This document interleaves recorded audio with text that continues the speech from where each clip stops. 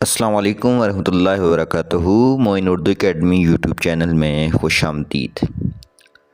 ہم نے کل کے لیکچر میں ہے وادی لولاب نظم کے پہلے 3 بند کی تشریح دیکھی تھی، مفہوم دیکھا تھا، اور اس کے علاوہ علامہ محمد اقبال کا مختصر تعارف دیکھا تھا۔ آج کے لیکچر میں اس نظم کے آخری 2 بند کی تشریح، مفہوم اور مشکل الفاظ کے معنی دیکھیں گے۔ چلیے بلا تمہید ہم اپنے لیکچر کی طرف چلتے ہیں۔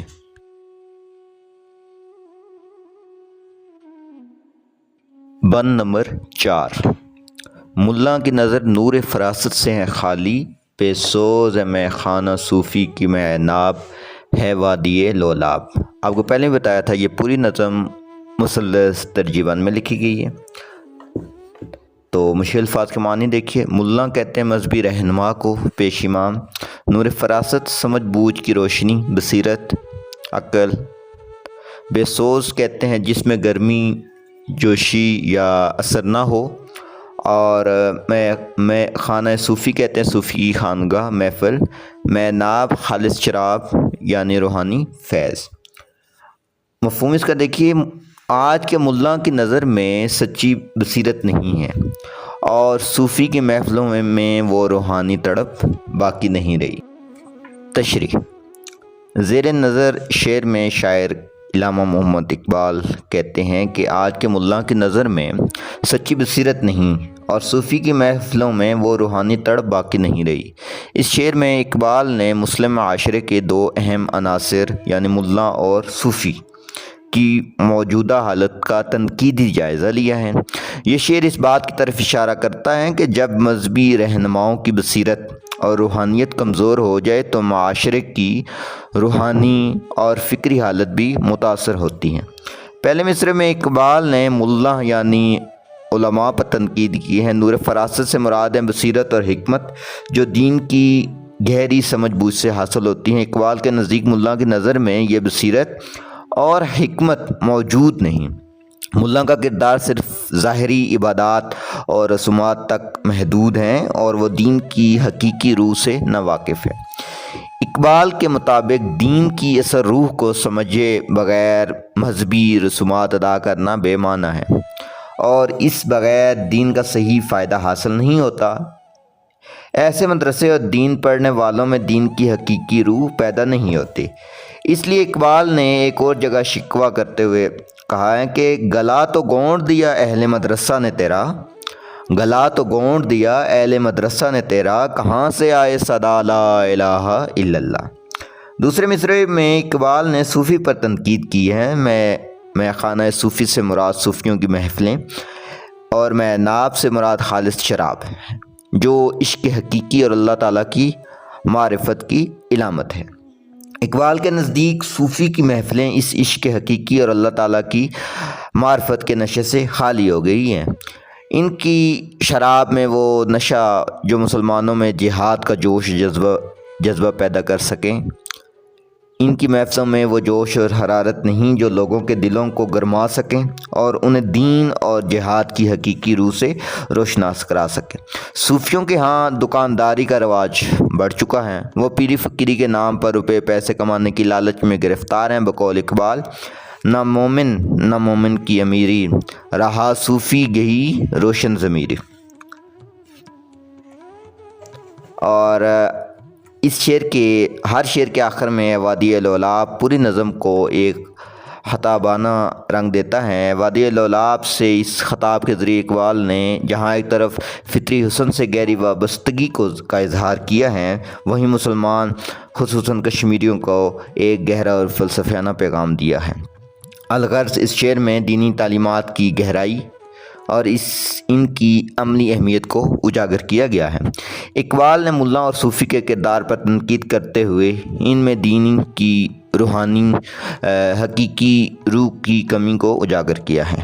ان کے نزدیک ملا اور صوفی دونوں کو دین کی حقیقی روح اور شعور حاصل کرنے کی ضرورت ہے تاکہ وہ لوگوں کو صحیح راہ دکھا سکیں۔ دین کی اصل روح کو سمجھے بغیر مذہبی رسومات ادا کرنا بے معنی ہے۔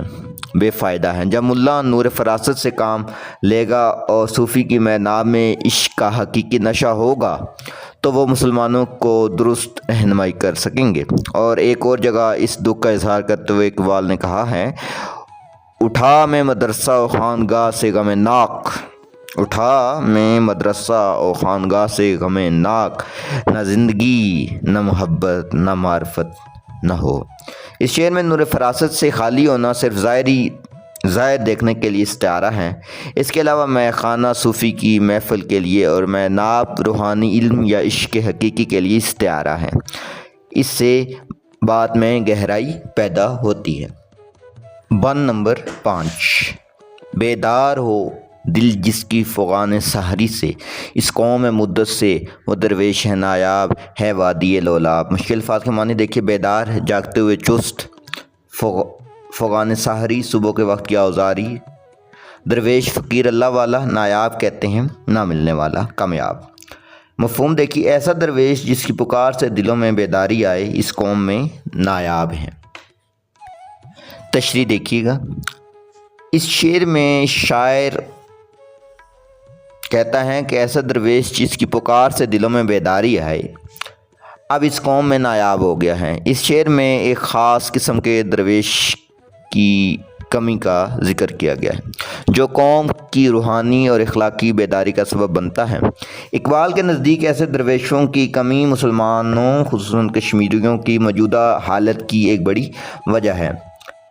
اقبال کے نزدیک موجودہ حالت کی یہ وجہ ہے۔ پہلے مصرعے میں اقبال نے ایک ایسے درویش کا ذکر کیا ہے جو اپنی صبح کی فریاد سے دلوں کو بیدار کرتا ہے۔ فغان سحری کا مطلب ہے صبح کی درد بھری آواز جو ایسے لوگوں کے دلوں کو جگا دیتی ہیں۔ یہ درویش وہ ہیں جو اپنی روحانی قوت اور اخلاص سے لوگوں کو صحیح راستے پر چلنے کی ترغیب دیتا ہے اور ان کے دلوں میں دین کی حقیقی روح کو اپنی قوت سے بیدار کرتا ہے، ان کو سیدھے راستے پر چلنے کو کہتا ہے اور دین کو بیدار کرتا ہے۔ اقبال کے نزدیک ایسے درویشوں کی موجودگی قوم کے لیے انتہائی ضروری ہے چونکہ وہ ایسے عشق اور عمل سے قوم کے اندر حرکت پیدا کرتے ہیں اور انہیں بیدار رکھتے ہیں۔ بقول اقبال کہتا ہے، زمانے سے یہ درویش جواں مرد جاتا ہے جدھر بندہ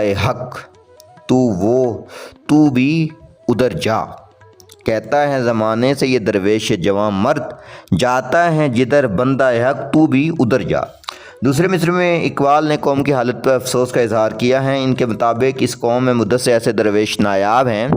درویش وہ ہوتا ہے جو دین کی حقیقی روح کو سمجھتا ہے، جو عشق اور عمل کا مرکب ہوتا ہے اور لوگوں کو صحیح راستے کی طرف رہنمائی کرتا ہے۔ اقبال کے نزدیک ایسے درویشوں کی عدم موجودگی قوم کی روحانی اور اخلاقی پستی کا سبب ہے۔ اقبال کی یہ تنقید اس بات پر مبنی ہے کہ قوم میں ایسے رہنما نہیں ہیں جو لوگوں کے دلوں کو بیدار کر سکیں اور انہیں دین کی حقیقی روح سے روشناس کرا سکیں۔ بقول اقبال، وہ مرد مجاہد نظر آتا نہیں مجھ کو، ہو جس کے رگو پہ میں فقط مستی کردار۔ اے وادی لولاب پوری نظم کو ایک خطابانہ رنگ دیتا ہے۔ اے وادی لولاب، اس خطاب کے ذریعے اقبال نے جہاں ایک طرف فطری حسن سے اپنی گہری وابستگی کا اظہار کیا ہے، وہیں مسلمانوں خصوصاً کشمیریوں کو ایک گہرا اور فلسفیانہ پیغام دیا ہے جو آزادی، جہاد، عمل اور جوش و ولے کا پیغام ہے۔ الغرض زیر نظر شعر میں قوم کی روحانی اخلاقی حالت پر گہری تنقید کی گئی ہے۔ اقبال نے اس درویش کی کمی کا ذکر کیا ہے جو صبح کی آواز سے دلوں کو بیدار کرتا ہے اور قوم کی روحانی بیداری کی طرف رغبت کراتا ہے۔ ان کے نزدیک ایسے درویشوں کی عدم موجودگی قوم کی خرابی کی ایک بڑی وجہ ہے۔ اقبال کی یہ نظم نہ صرف قوم کی روحانی حالت پر ایک تنقید ہے بلکہ اس میں ایک امید اور ترغیب بھی پوشیدہ ہے کہ ایسے درویش دوبارہ پیدا ہوں تو قوم کی حالت بہتر ہو سکتی ہے۔ بقول اقبال، مومن کی فراست ہو تو کافی ہے اشارہ، تقدیر اہم کیا ہے کوئی کہہ نہیں سکتا۔